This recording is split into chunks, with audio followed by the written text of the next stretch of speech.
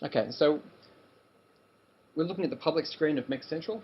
There is a public screen, which means that you can post public announcements on there and that the general public can keep up to date, and that can be syndicated via RSS and social media type mechanisms, so you can put it onto your homepage of your website and things like that. Now I'm going to log on as a what we call a MECC coordinator, which is actually an incident controller. Fred Nurk. He's an administrator, so in terms of the levels, an administrator is actually one step above an incident controller because the administrator gets access to those back-end screens as well. Being an incident controller, though, it's going to bypass some of the workflow, so I'll come back to an agency login later on so you can see what a restricted login might look like. Okay, so we're looking at a dashboard. The dashboard consists of what we call a burn-down chart to start with. It's an example of one of the many widgets that we can build and put onto a dashboard. This tracks, for each open incident, it tracks the times, and every hour it'll show the trend, if you like, of open cases. So what you'll find is that every hour it'll update and it'll move back, and we can set the granularity finer and more granular. But the idea is you can come on, and if you see that graph going up, then you know, well, hang on, there's a lot of activity as you're coming onto a shift or if you're monitoring it. If you see it going down, that's a good thing. If you see it raising up, you know, and staying flat, it gives you a lot of detail in one concise graph. And it shows you a key for each incident that's active and open at that time. Add an announcement, so I'll add an announcement over here. The announcements are short messages. They're intended to go over SMS. They can be longer than 160 characters.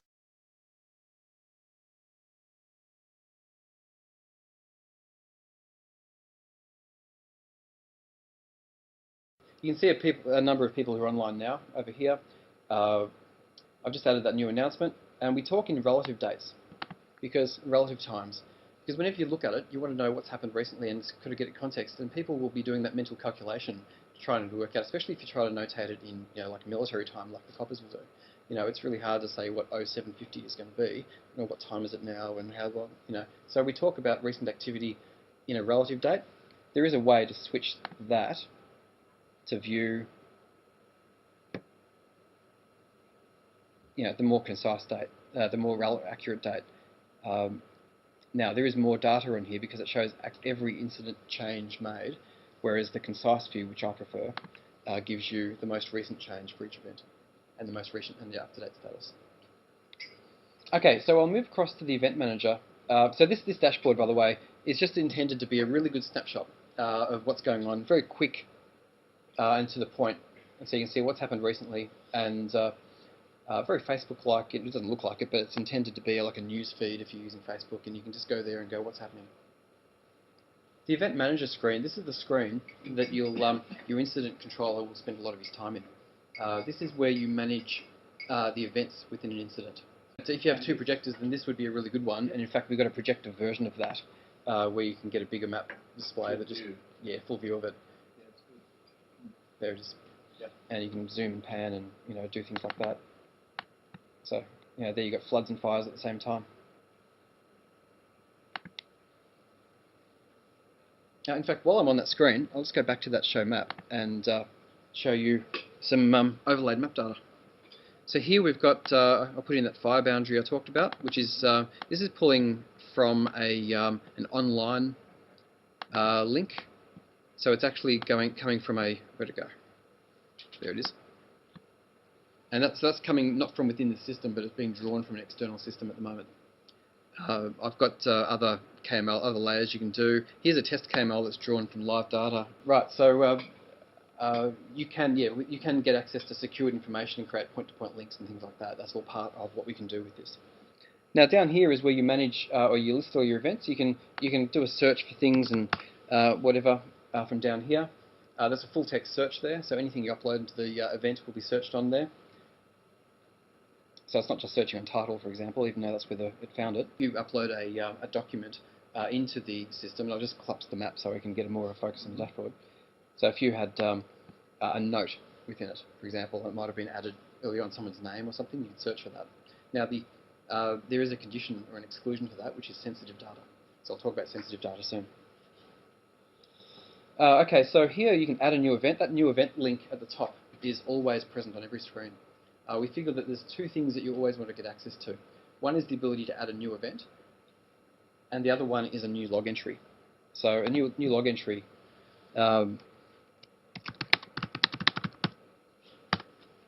you can, with one click, add a new entry into your log. Oh, you'll see that later when I go through the logging entry. And so the new event is on every screen, and you can launch up to the adding a new event. Here it is here. Let's see, we're going to have a car crash. Now within here, I'm actually a incident controller, so I get full access to a lot of these fields that other users won't see. So I can actually assign it to any agency already. There's a workflow that prevents that from happening for regular users, and it's got to go through the incident controller to then authorize and assign that. The other thing about that is that's completely workflow, and workflow can be completely customized to the liking of the council because it's a plug-in architecture. What we can do is we can add in, we can add comments in. This field here allows you to do certain things such as add files. So if there was a file that you wanted to, to look at, let's grab a our disaster recovery plan. That uploads. There it is. Save it, and that'll then drop into this area here. We can add images, we can add all sorts of things. There's scope, in fact, for adding all sorts of different elements. I'll talk about, they're called widgets, and I'll talk about them later on.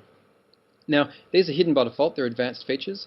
We can manage resources, which I won't do in this case, I'll go back around to that feature. And there's other advanced options in here, such as the sensitive data, fields, and tagging. Now, if we wanted to find an address,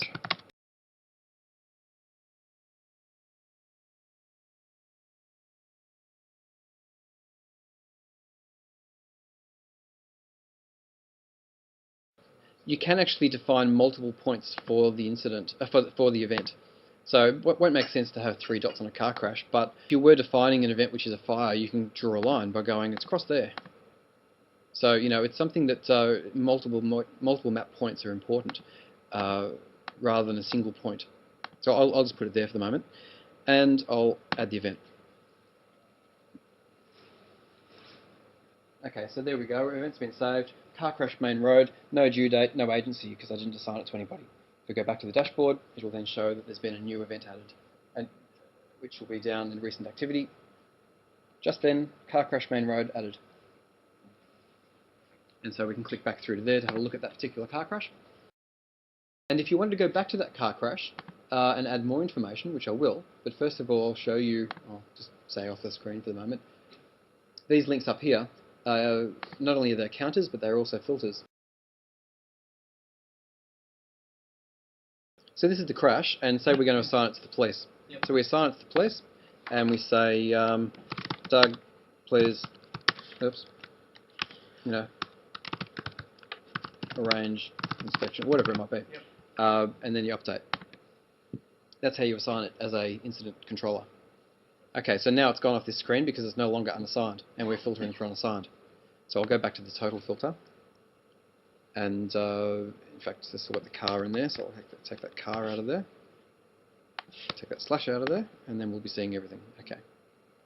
So now you'll see it's assigned to the police. Yep. If I show the map, you'll see a little police icon where that the car crash is, which unfortunately they're all very much in there, and they're all assigned to police, but trust me, one of those is the one we're talking about.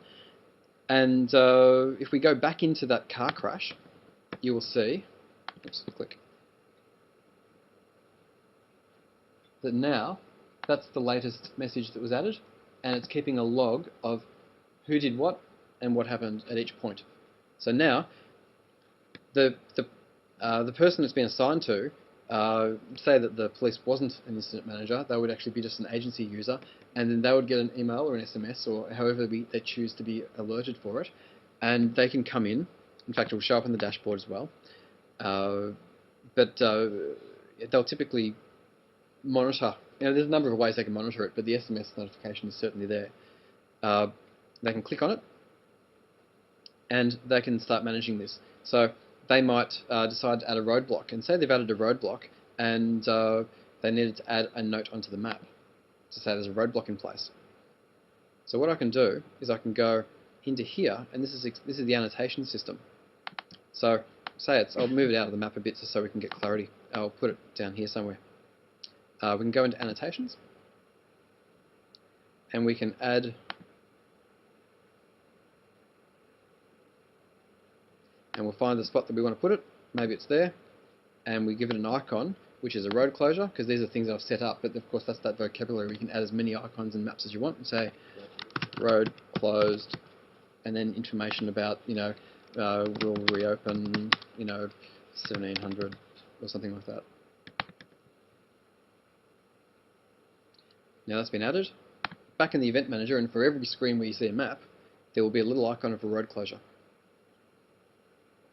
There it is down there. Now, obviously, they actually had to go out and physically do the road closure as well. If they wanted to keep in touch with MECC Central while they're on the road, they can use these things, or these things. So an iPad or an iPhone, or an Android device, or any smartphone technology to get onto it and work with it. So the car crash is now due in 7 hours, and notice that without typing anything, I still get details about it being updated and status set to active, and these sort of things. Those things get set in the system without you having to type a word. So for people who are one-finger typers, they could just pretty much do the action, and if there's no further description necessary, we record all the main information here. So they only need to add comments, like this thing here was a pleasantry. It really didn't need to be added. If there was instructions about who to call or something, then that's where you put it. If the event is a sensitive event, if it's got sensitive data, somebody died or something like that, then there's a checkbox down the bottom here in advanced options, contains sensitive data. Now the workflow that I talked about before, which is configurable of course, the workflow allows only the current users of the current agency plus an incident controller to access that record. Nobody else can see it. They can only see the very, very top details like the title. You can invite additional people as well. So here you type in the usernames of the actual names of the users who would like to have access additionally, and it will then allow those people in addition to the standard rule set. It could be the response manager, the recovery manager maybe, who needs to know about that. And it's a case-by-case basis, so there's no rule necessarily set for it. So I'll set that, I'll update that. It's now sensitive. Of course, I can still see it because it's sensitive, but if I go and have a look in it, you'll see a big message. So it just puts that up whenever it's sensitive and you are accessing it. Later on, when I come back as I'll log in very shortly as a council worker to show off that depot assignment, they won't be able to get access to the car crash record. So let's show that. I'll just imagine there's an an event that needs to be assigned to council and then delegated to the depot. So I think I've already got a fallen tree. Here we go. It's currently assigned to the CFA, but let's assign it to council.